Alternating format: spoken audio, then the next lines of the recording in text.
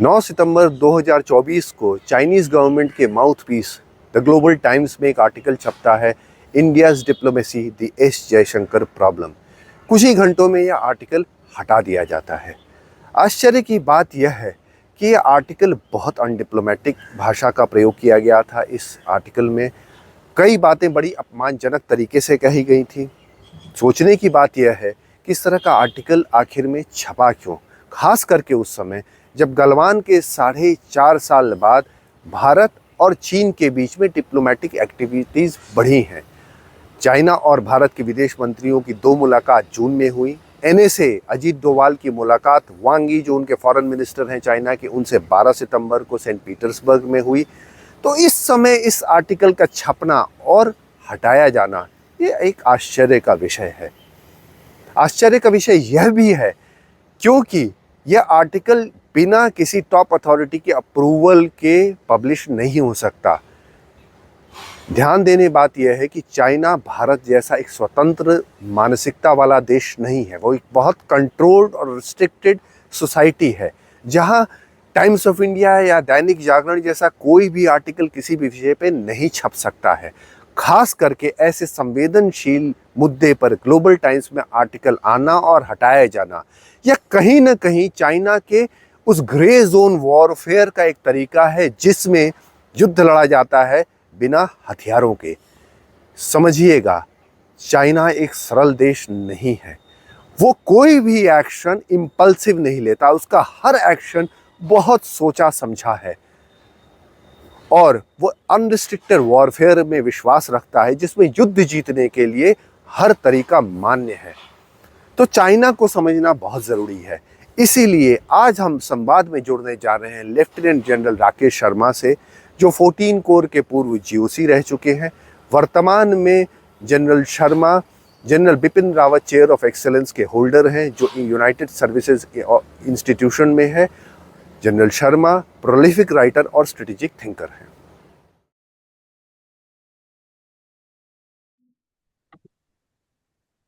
नमस्कार और संवाद में आपका स्वागत है सर। सर, गलवान को हुए करीब 4 साढ़े 4 साल हो गए और इनिशियल जो पीरियड रहा अभी पिछले कुछ महीनों के पहले तक, diplomatic activity between India and China were less than normal. कहीं किसी मेजर मल्टीलैटरल इवेंट से मुलाकात साइडलाइंस पे हो रही थी। But during the recent few 3-4 months, meetings के जो नंबर हैं वो बढ़ते चले जा रहे हैं। जुलाई में external affairs minister doctor S Jaishankar and his Chinese counterpart Wang Yi met twice in a month. फिर the 30th and 31st meeting of the working mechanism for consultation and coordination on China India border affairs की 2 meeting हुई हैं जुलाई और अगस्त में। अभी 12 सितंबर को NSA Ajit Doval जी की मुलाकात वांगी से हुई है। And the statement which has come out from the Ministry of External Affairs, I'm quoting that statement.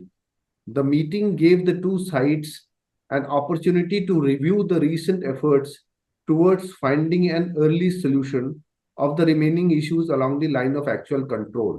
And the statement goes on with the agreement to work with urgency and redouble their efforts to realize complete disengagement in the remaining areas, unquote. External affairs minister Jaishankar ji ने भी कहा है कि 75% of the disengagement problems are sorted out. Now all this look actually looks very optimistic on the face of it, पर आपने इनको deal किया है sir with the PLA and you know how the diplomacy and army works. How do you analyse these developments? Thank you Mayank, मेरे को बुलाने के लिए संवाद में। It's always a pleasure being discussing issues with you. And आपका जो सवाल है वो बहुत इंपॉर्टेंट है। एक चीज आप मैं ऐड करूंगा कि इस साल का जो बजट में इकोनॉमिक सर्वे आया था, वो उस इकोनॉमिक सर्वे में एक लाइन ऐड की गई थी जिसमें चाइना का foreign direct investment and trade को इम्प्रूव करने की बात की गई। तो आपको याद होगा इन 4 सालों में हमने टिकटॉक वगैरह बंद किया, काफी चाइनीज के अगेंस्ट काम भी किया, बट अभी ये एक मेजर इशू था जो इकोनॉमिक इंटरेक्शन ऑल्सो आगे बढ़ने का बातचीत चल रही है। एटलीस्ट इकोनॉमिक सर्वे जो फाइनेंस मिनिस्टर ने प्लेस किया था पार्लियामेंट में, उसमें लिखा गया। नाउ मैं इसको 2-3 हिस्सों में बताना चाहूंगा। पहली बात है कि जो 2020 में हुआ था वो नॉर्मल नहीं था, वो एब्सोल्युटली एबनॉर्मल था। और ये एक्सटर्नल अफेयर्स मिनिस्टर ने कई बार कहा है कि एबनॉर्मल है। और क्यों एबनॉर्मल था कि वो जो फौजें लेके आए थे, अपनी डिविजन लेके आए थे, वो बॉर्डर के इतने नजदीक लेके आए थे जहां पर हमारी ट्रीटीज के मुताबिक उनको लाना नहीं चाहिए था। उसके बाद वो एक एक जगह पर हमारा हत्थापाई या कोई गुथम गुथा हुआ करता था। पर ये तो काफी जगह पे, 7-8 जगह पे इकट्ठे आ गए और आकर बैठ गए। और उसके बाद जो हमारी एग्रीमेंट्स के मुताबिक बैनर ड्रिल वगैरह होती थी वो उन्होंने रिजेक्ट कर दी, वापस भी नहीं गए, अभी तक नहीं गए। सो एक बहुत बहुत बड़ा डिफरेंस था जो 2020 में आया, और उसके कारण जो एबनॉर्मलिटी पैदा हुई। पहली बात यह है। दूसरी बात यह है कि इन दौरान में भी, जैसे कोर कमांडर्स की बातें तो हम करते थे, पर डिप्लोमेटिक लेवल पे बातचीत बंद नहीं हुई थी। एट जॉइंट सेक्रेटरी लेवल जो WMCC की मीटिंग्स होती हैं, जो उनकी मिनिस्ट्री ऑफ फॉरेन अफेयर्स और हमारी मिनिस्ट्री ऑफ एक्सटर्नल अफेयर्स के 15 बार मीटिंग हो चुकी है ये 2020 के बाद में। सो और कई बार एक्सटर्नल अफेयर्स मिनिस्टर कई जगह मिल चुके हैं। सितंबर 2020 में ही हमने एक 5 पॉइंट एग्रीमेंट भी साइन किया था in Moscow between external affairs minister and mister वांगी, तब वो फॉरेन मिनिस्टर हुआ करते थे। सो ये डिस्कशन कोर कमांडर लेवल पे और डिप्लोमेटिक लेवल पे पैरेलल चलती रही पिछले 4 साल में। सो ये बात कहना कि भाई डिस्कशन है तो डिस्कशन चल रहा था, पर एक टाइम आ गया था कि तकरीबन साल, 1 साल, सवा साल में कि लगने लगा था कि कोई there is no going to be difference. आगे बात बढ़ती नजर नहीं आ रही थी, खास करके जो डेप्सांग और हम डेमचौक की बात करते हैं। नो, अभी अगर हम 75% जो आपने रेज किया इशू उसके बारे में बात करें, तो इसका यह है कि इसको परसेंटेज टर्म्स में मेरे विचार में मैं लेना नहीं चाहूंगा। ऑफ कोर्स वैसे देखा जाए तो जितनी जगह पे आए थे और जितना जो रह गया है वो 75% ठीक है परसेंटेज वाइज। बट चाइनीज को सोच समझ के आए थे उन्होंने। ये जो उन्होंने किया है, ये आज से पहले 2020 से पहले तो कभी किया नहीं था। ये फर्स्ट टाइम 62 की वॉर के बाद पहली बार इतना मेजर ऑपरेशन किया, जो नॉर्थ दौलत गोल्डी से साउथ में डेमचौक तक किया। ईस्टर्न लद्दाख में तकरीबन 800 किलोमीटर का फासला था, 800 किलोमीटर में। और हर जगह पर आके उन्होंने जो जो हमारे एक्सेस पॉइंट थे एक्साइड चीन जाने को, उसको ब्लॉक किया।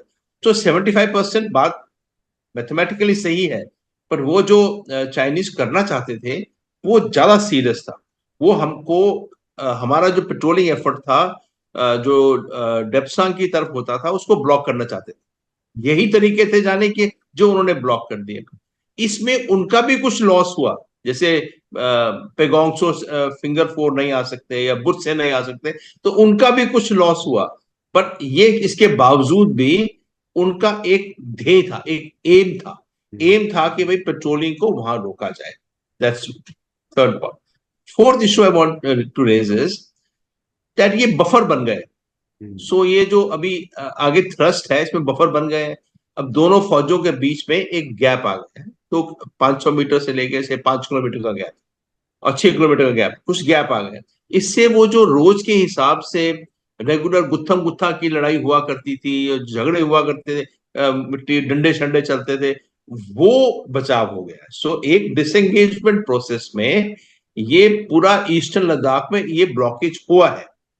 परंतु अगर एक चीज और देखें तो आपको याद होगा 2022 में वो लोग फिर 21 में यांगसे फिर आ गए थे, और यांगसे अरुणाचल प्रदेश में था।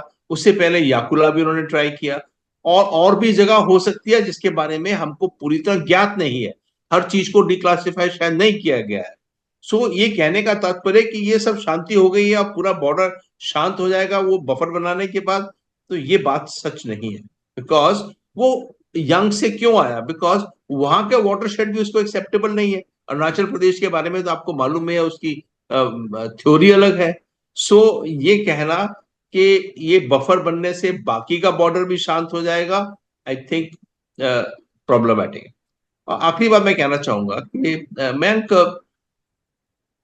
हमने 1993 के बाद में एक फेज देखा था 2020 तक, जिसमें ये एक थोड़ा धीरे धीरे ट्रस्ट बिल्ड होना शुरू हुआ था। 2013 में वो ट्रस्ट की थोड़ी कमी आनी शुरू हुई। 2013 में पहली बार जो चाइनीज आए थे डेप्सांग में, 22 दिन तक बैठे रहे, 22 दिन के बाद गए। फिर ऐसा ही चूमर में हुआ 2014 में, फिर 2017 में 72 दिन का डोकलाम में हुआ। सो एक चेंज ओवर आना शुरू हो गया था। सो मैं ये कहना चाहूंगा कि अ, अब वो जो फौज हमारी वहां बैठी है, वो बफर है, वो शायद चाइनीज 2 किलोमीटर दूर बैठे होंगे, परंतु डिस्ट्रस्ट तो है ना, एक अविश्वास तो है ना हमारे में।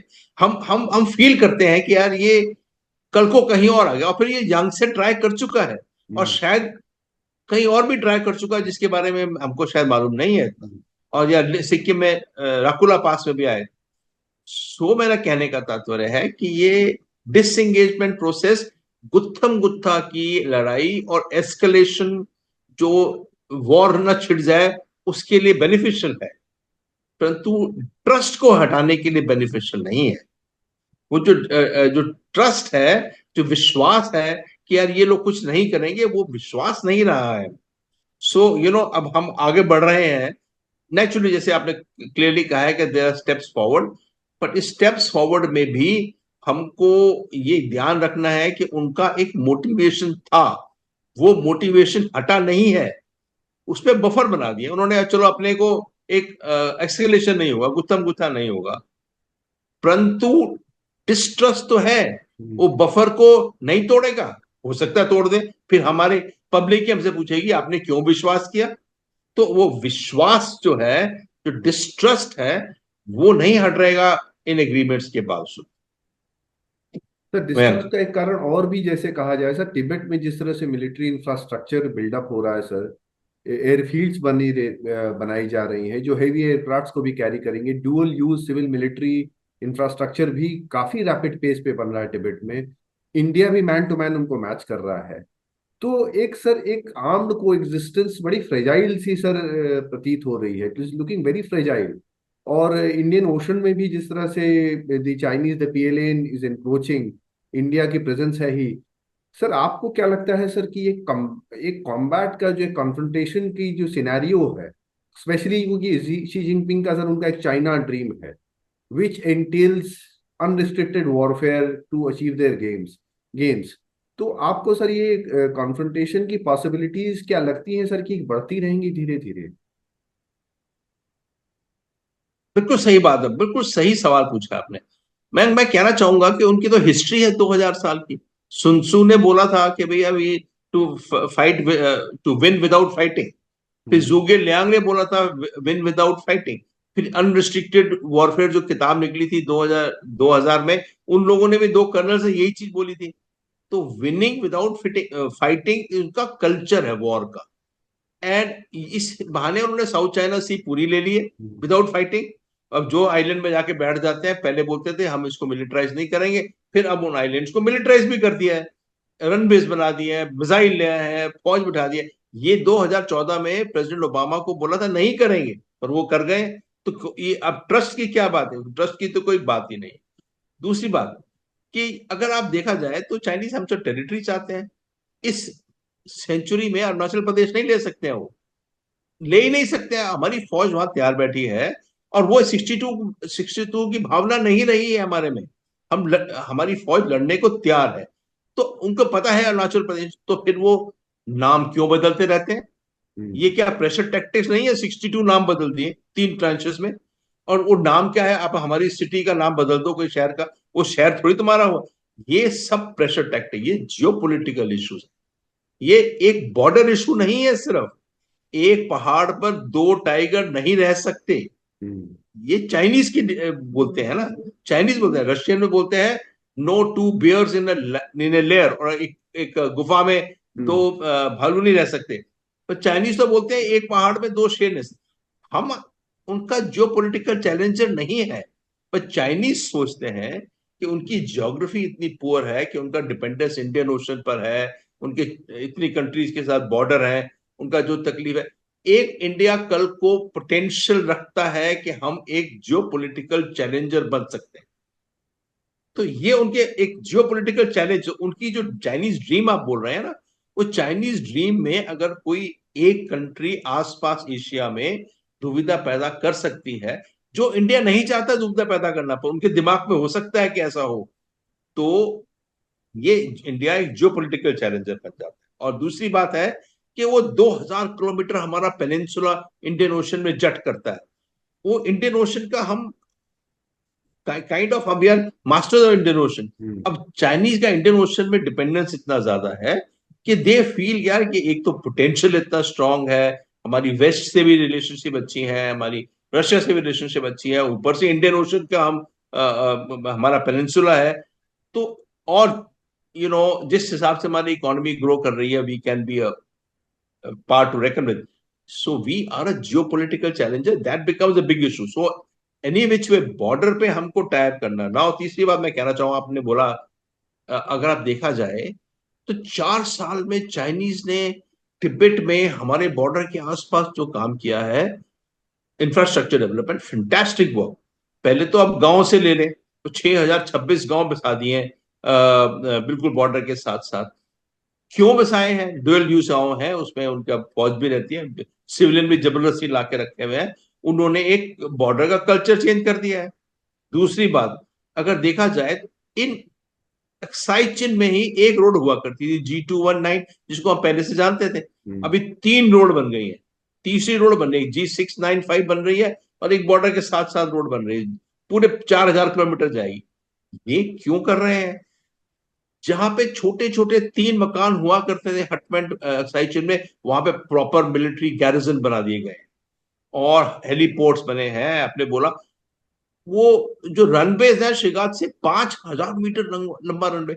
अबे कौन सा हवाई जहाज इतना लैंड कर रहे हैं वहां पे? और हमने हवाई जहाज जो नोटिस किए हैं, उनके लेटेस्ट हवाई जहाज स्टेल्स J20 वगैरह, J20 तक यहाँ पे लैंड करते हैं। सो ये थ्रेटनिंग पोस्चर है। अगर आप बोलते हैं कि बॉर्डर में डिसएंगेजमेंट में गुत्थम गुत्था हट गया है, दैट डजंट मीन कि हमारे पे थ्रेट हट गया है। इनफैक्ट इंडिया पे थ्रेट बहुत ज्यादा बढ़ गया है 2020 के बाद। ये बात सही है कि हमने भी उसको रिस्पॉन्ड करने की कोशिश की, बिकॉज डिस्ट्रस्ट है और थ्रेट है, और थ्रेट होने से हमारा भी इंफ्रास्ट्रक्चर उस स्पीड में बढ़ा है, हमारा भी फौज जो है उसकी चाइनीज एक प्लेटो में रहते हैं, उनको एक्लेमेटाइजेशन की शायद इतनी आवश्यकता नहीं है। हमको तो नीचे लोगों को प्लेन से ऊपर ले जाके एक्लेमेटाइज करके तैयार करके वहां पे रखना है। सो हमारा तो इशू पूरा डिफरेंट है। सो मैं ये कहना चाहूंगा कि इंडियन ओशन ले ले या बॉर्डर ले ले, दैट थ्रेट एग्जिस्ट। कभी आप सुनते हैं कि उनके स्पाई शिप आ गए, कभी हम सुनते हैं 300 500 शिपिंग फिशिंग फिशिंग वाले 300 400 500 शिप्स वहां पे आसपास घूम रहे हैं। फिर उनके जो नेवी के 4 5 शिप हर वक्त इंडियन ओशन में आ रहे जा रहे होते हैं, आसपास ही हैं। ये सब ओवरऑल एक प्रेशर टैक्टिक है, इसको हमको बुलाया नहीं जा सकता। हमको हमको इसके लिए ध्यान देने की आवश्यकता है। सर फिशिंग ट्रॉलर्स भी एक्चुअली जितना ये उनकी पीएलएन के एक्सटेंशन ही है, वो एक्चुअली वो नॉर्मल फिशिंग ट्रॉलर्स करेक्ट, नहीं होते हैं जैसे कि हमारे यहाँ होते हैं। तो बिल्कुल सही बोला। और उनका लॉ है, उन्होंने एक कोस्ट गार्ड लॉ पास किया है, हर चीज को लॉ बना देते हैं वो हम्म लॉ भी फटाफट पास हो जाते हैं। उनका लॉ है, उसमें फिशिंग वेसल पे मिलिशिया, फिशिंग मिलिशिया, वो जो मिलिशिया वर्ड यूज करते हैं, इसका मतलब है उसमें या तो इक्विपमेंट है, जो रेडियो इक्विपमेंट है या जो भी सिस्टमिक है, they are as good as coast guard और नेवी। हम्म हाँ जी। सर अब दूसरा जोन उनका वॉरफेयर का, जो ग्रे जोन वॉरफेयर जिसको कहते हैं सर, इसके लिए मैं आपसे एक सवाल सर। 9 सितंबर को ग्लोबल टाइम्स में एक आर्टिकल आता है। आर्टिकल की जो हेडिंग है वो है India's diplomacy has an S Jaishankar problem. ये आर्टिकल आता है, अपलोड होता है ग्लोबल टाइम्स में, and with in a few hours वो रिट्रैक्ट हो जाता है, डिसअपियर कर जाता है। ऑल्दो आर्काइव्स में अभी भी अवेलेबल है उनकी। And it is a very disparaging article, मतलब वो पर्सनल आर्टिकल है। अगर आप आपने जरूर पढ़ा होगा उसको, कि वो या हमारे एक्सटर्नल अफेयर्स मिनिस्टर पे एक personal attack, it is not professional, वो पर्सनल अटैक है। और जितना हम जानते हैं कि कंट्रोल्ड सोसाइटी जो चाइना है, वहां पे एक फॉरेन पॉलिसी पे लिस्ट ऑफ ये आर्टिकल कोई आएगा और वो टॉप से नहीं आ रहा है, अगर आई डोंट थिंक ये ऐसा संभव है कि टॉप ने उसको पहले पास ना किया हो और फिर विड्रॉ ना किया हो। अभी जो पब्लिकेशन एंड विड्रॉल, ये सर बड़ा एक सस्पिशन सा राइज करता है कि ये क्या एक ग्रे जोन वॉरफेयर टैक्टिक्स जो कहते हैं उसका एक पार्ट है। तो चाइनीज का ये जो उन्होंने इन्फ्लुएंस परचेजिंग का काम किया है संसार में, और जो उन्होंने, जिसको हम बोलते हैं चाइनीज मेगाफोन, मेगाफोन मतलब उन्होंने पूरे संसार में अपना मेगाफोन, अपनी आवाज चिपका दी है और सुनाई दे रही है। वो उनकी आवाज का एक तरीका, यूनाइटेड वर्क्स डिपार्टमेंट उनके यही काम करती है। हम्म। सो अगर आप देखें हम, तो हिंदुस्तान में एग्जाम्पल बताता हूं मैं आपको। डेली हंट नाम की एक साइट है, जो हम हमारे इंडिया में कितने 2.5 मिलियन लोग रोज ऐसी न्यूज देते हैं। वो इट वाज चाइनीज साइट। वो चाइनीज साइट हिंदुस्तान में बच्चे बुच्चे जो न्यूज नहीं देखते हैं, उनको डेली हंट ऐप ले लेते हैं, उसमें न्यूज आती रहती है, वो न्यूज देखते हैं। वो सब news is Chinese favour, and it is an organisation Daily Hunt, जो चाइनीज की खरीदी हुई ऑर्गेनाइजेशन थी, जिसमें चाइनीज का फंडिंग था। और चाइनीज का फंडिंग कहाँ कहाँ है, इसकी तो गारंटी संसार नहीं ले सकता। उन्होंने तो एग्रीकल्चर लैंड अमेरिका में जाके खरीद लिया है। हम्म। I mean, can you imagine the kind of influence that they purchase in the world? So ये कहना, जो आप बिल्कुल सही कह रहे हैं, कि जो उनका है एक, हर चीज प्लान के मुताबिक हो, हम्म। डीप सोचते हैं। हर चीज प्लान के मुताबिक है, कि हमने प्लान के मुताबिक इस लोगों को इन्फ्लुएंस करना है, पब्लिक को इन्फ्लुएंस करना है। कितने तरीके से, एंटरटेनमेंट इंडस्ट्री से ले लीजिए, या अकेडमिया ले लीजिए, किसी थिंक टैंक को पैसा देना ले लीजिए, किसी लोगों को ट्रिप वहां पे घुमा देते हैं चाइना में बुला के। ये सब जो तरीके हैं, ये इन्फ्लुएंस गेन करने के तरीके हैं। अभी हाल में ही, ऑफ लास्ट 2-3 सालों में, एक्सटर्नल अफेयर्स मिनिस्टर ने कई बार बोला है कि ये सिचुएशन नॉर्मल नहीं है, एबनॉर्मल सिचुएशन है। और एबनॉर्मल सिचुएशन इसलिए है कि चाइनीज ने बॉर्डर पे जो किया वो गलत था, और ये जो कंटिन्यू हो रहा है वो गलत है। चाइनीज ने क्या बोला है, वांगी ने और चिनगांग जो पहले थे, उन्होंने क्या बोला था?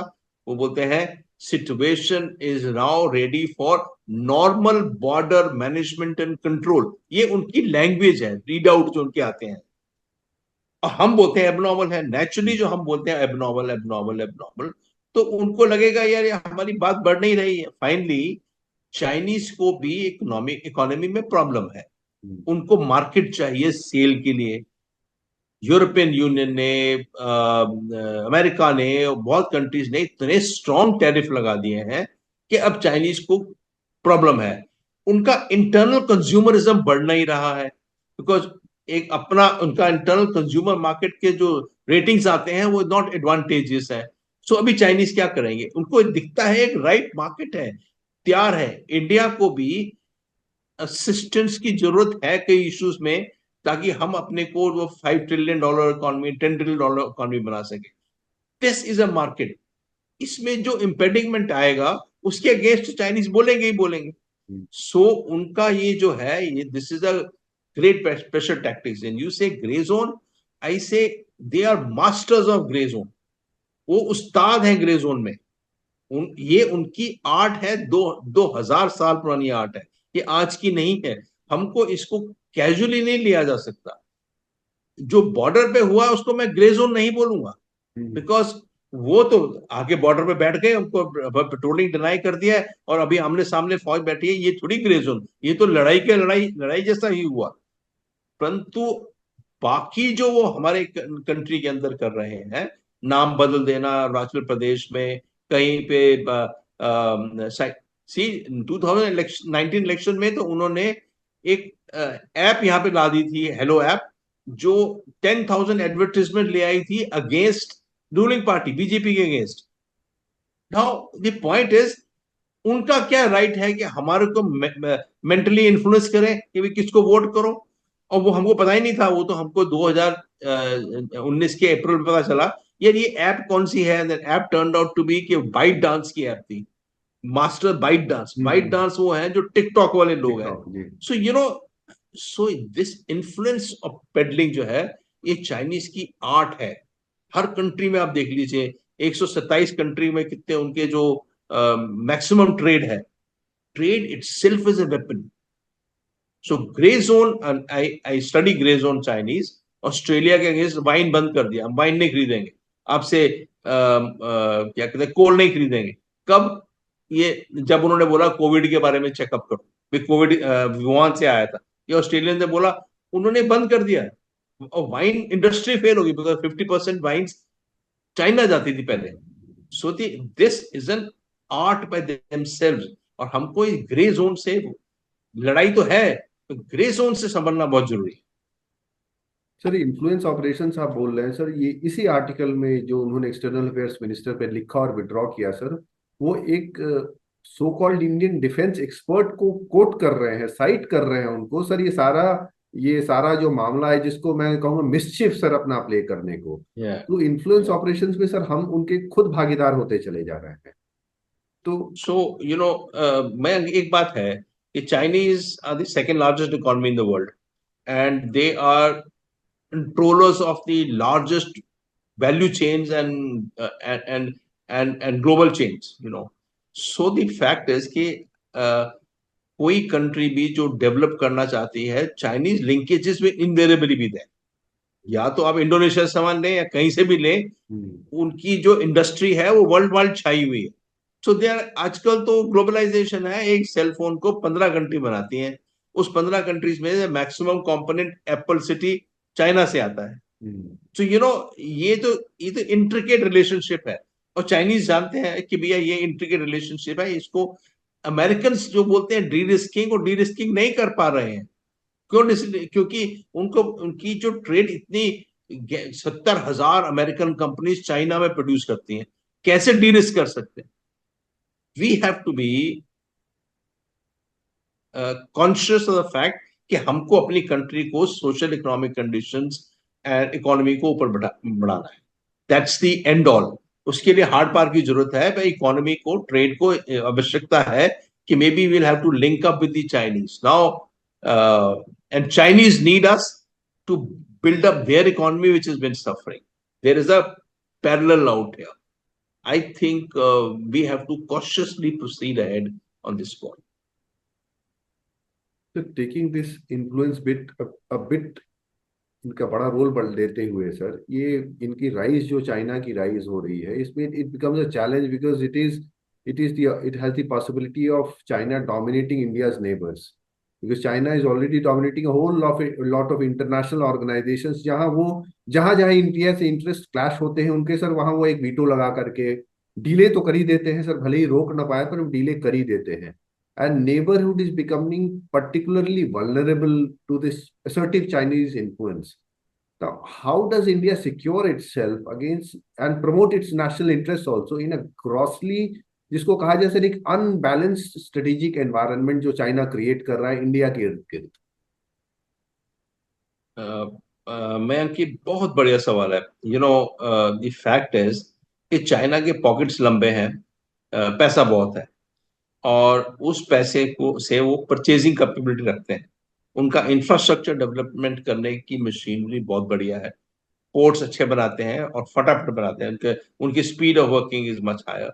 जो कंट्री डेवलप करना चाहती है आजकल, अफ्रीका में हो या साउथ एशिया में हो या आसियान कंट्री हो, साउथ ईस्ट एशिया में हो, वो कंट्री को बेस्ट डेवलपमेंटल मॉडल चाइना लगता है, बिकॉज चाइना के पास पैसा है, उनके पास इंफ्रास्ट्रक्चर है, वो अपने बंदे लेके आते हैं जो डेवलप करते हैं। जैसे ये बांग्लादेश में जो पद्मा के ऊपर ब्रिज बना था, $2.5 बिलियन का ब्रिज है, वो पहला ब्रिज ऐसा था जो बांग्लादेश की कंट्री के दो हिस्सों को ज्वाइन करता है। पद्मा, जैसे जानते हैं, ब्रह्मपुत्रा गंगा मिलके पद्मा जो मेजर रिवर है, उसके ऊपर west also companies could not make the bridge, very tough bridge, but Chinese ने वो ब्रिज बना के उस कंट्री के दो हिस्से बना ज्वाइन कर दिए। अभी क्या है, Bangladesh is naturally beholden. Bangladesh में एक पोर्ट बना दिया, इसका नाम है BNS शेख हसीना, जहां पे और ब्रिजेस के लिए एक China Bangladesh friendship, bridges friendship programme something है, तो ब्रिज बनाए जा रहे हैं वहां पे। नेपाल में ऐसे ही एक ट्रांस हिमालयन ट्रैफिकेबिलिटी रोड्स बनाए, 14 जगह पर उन्होंने खोल दिया है जहां पे रोड्स बनेंगे। नीचे कुछ रोड तराई तक आएंगे, लुम्बिनी तक। ये चाइनीज के डीप पॉकेट है, you know we understand it कि उनके पास डीप पॉकेट्स हैं, वो पैसा से कर सकते हैं. India has got cultural relationship with all our neighbors. And let's not forget it that we have the same language, the same habits, same eating, same clothes, same humor. मजाक भी वही करते हैं. उनके कॉमेडियन देखो, हमारे कॉमेडियन एक जैसा मजाक कर रहे होते. So the fact is that there is a affinity here. हम चाइना को पैसे से पैसा मुकाबला नहीं कर सकते, पर हम लोग बहुत कुछ कर सकते हैं.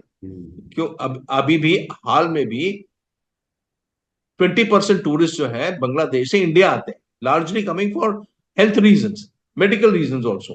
But then 20% tourism in India is from Bangladesh, and we provided health and scholarships and schools to all our neighbors. अब नौ बांग्लादेश को recently we given a pipeline, power sector में पावर ट्रेड हो रही है. We have allowed Nepal to send electricity through India across to Bangladesh. So we have working in our own soft, nice manner, the way Indian culture works. We have tremendous relationships, and our relationship cannot be removed away. Chinese can't say Indian relationship hata do. It can't happen like this. There is same language being spoken both sides of the border, and so the issue. But of course, we have to be mindful कि Chinese जो है तोड़ने की कोशिश जरूर कर रहे हैं. उन्होंने इंडिया को छोड़ के बाकी कंट्रीज के फॉरेन मिनिस्टर को हाल में बुलाया था, एक महीना हुआ, जिसमें कोई उनका अपने ही उनको अपने एम्बेड में लाना चाहते हैं. उसके बाद उन्होंने एक रिजर्व बना दिया चोंगकिंग में, जिसको किसी को राशन शैशन को जरूरत हो, अचानक कोई भूचाल आ जाए तो आप चोंगकिंग में आपका साउथ एशिया रिजर्व बना दिया. So Chinese are working greatly to make inroads into these countries. Not that they are successful. हर जगह पे successful नहीं है. Myanmar में they are not successful now. Myanmar is in bad state. Even the insurgent organizations are not wanting to join up with the Chinese. So we have to retain a poise and see that the people to people and public relationship that we had with people of Nepal, with Bhutan, with Myanmar, with Bangladesh, with Sri Lanka, is actually heightened up, brought up, and we have to work to get the suffering of the peoples all right. So people should say, "यार India है, we are." अब Bangladesh, Sri Lanka में problem हुआ था. We were the first ones to respond to Sri Lanka and supported them कितने $1 billion देके. So while the challenge is there, best comes out when you work under a challenge. अगर सब गुडी गुडी हो, अच्छा हो, तो फिर तो कोई बात ही नहीं है. पर जब गुडी गुडी नहीं हो, उसके बावजूद भी हम अपने को एक्शन कर सकें, तो that is a major issue. So I think it should be taken as a challenge as to what the Chinese are trying, all that Confucius Institutes and China Study Centers and scholarships there, और खूब सारे हवाई जहाज tourist भेज देते हैं Nepal for example, or the Communist Party comes and tackles the Communist Party or other countries. This is a challenge, all right. But I think we will succeed. Look, already Maldives has a change of mind. Maximum Maldives tourists for Indians, which have now pulled back. And also Kerala used to get the maximum people for health reasons, for treatment, for Maldives. So they can't go to China for treatment, isn't it? We have to say, हमारे दरवाजे खुले हैं. We have relationship, history, centuries की relationship है, वो ऐसी हटाई नहीं जा सकती.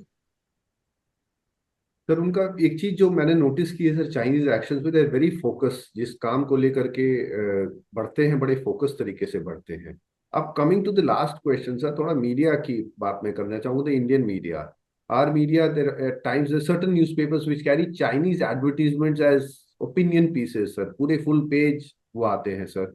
सेकेंडली सर, इस पे आपके बहुत स्ट्रांग ओपिनियंस है ऑन द फ्रिक्शन पॉइंट्स, जिसको डिसएंगेजमेंट, जहां we call them as friction points. मैं जानना चाहूंगा सर, फ्रिक्शन पॉइंट कहने से हिंदुस्तान की स्ट्रेटेजी क्या नुकसान होता है?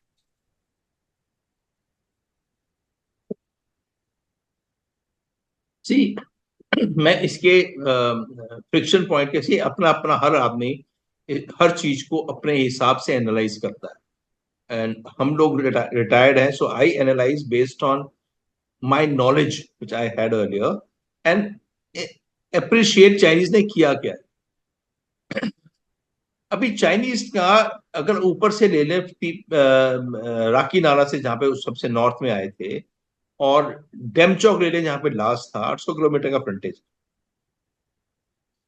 वो 5-6 जगह पे कोई फ्रिक्शन के लिए नहीं आए थे।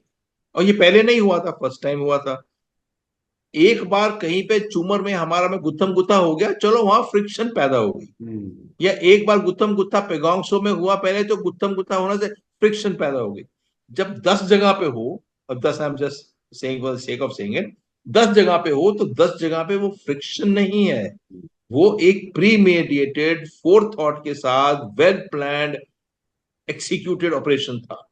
उसको फ्रिक्शन पॉइंट बोलकर हम अपने को ही इशू को अंडर प्ले कर रहे हैं।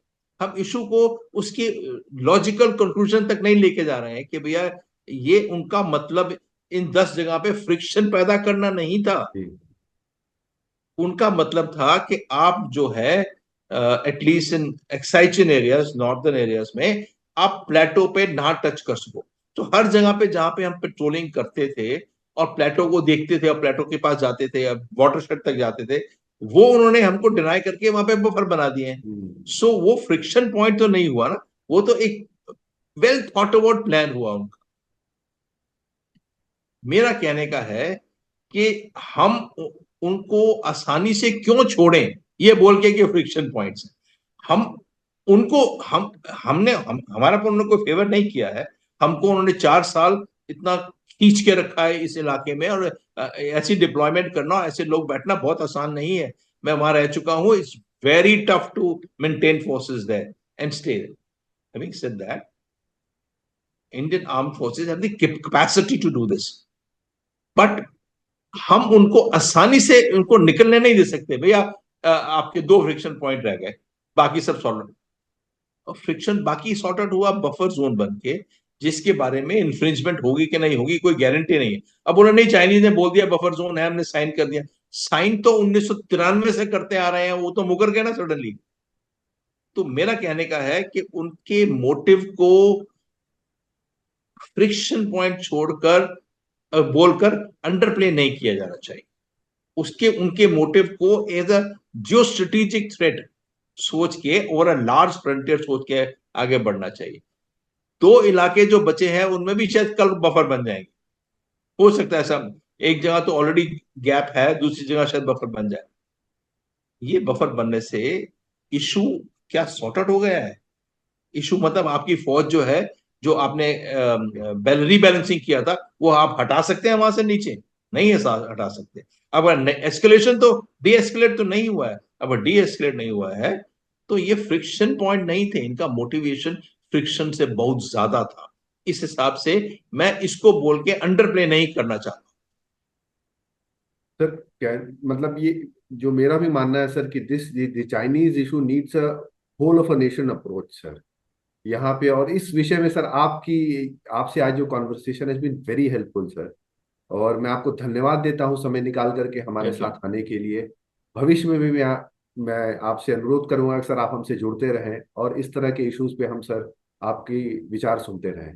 बहुत बहुत धन्यवाद थैंक सर। यू मयंक। नमस्कार एंड जय thank you Hind. Mayank, thank you for calling me. Thank you.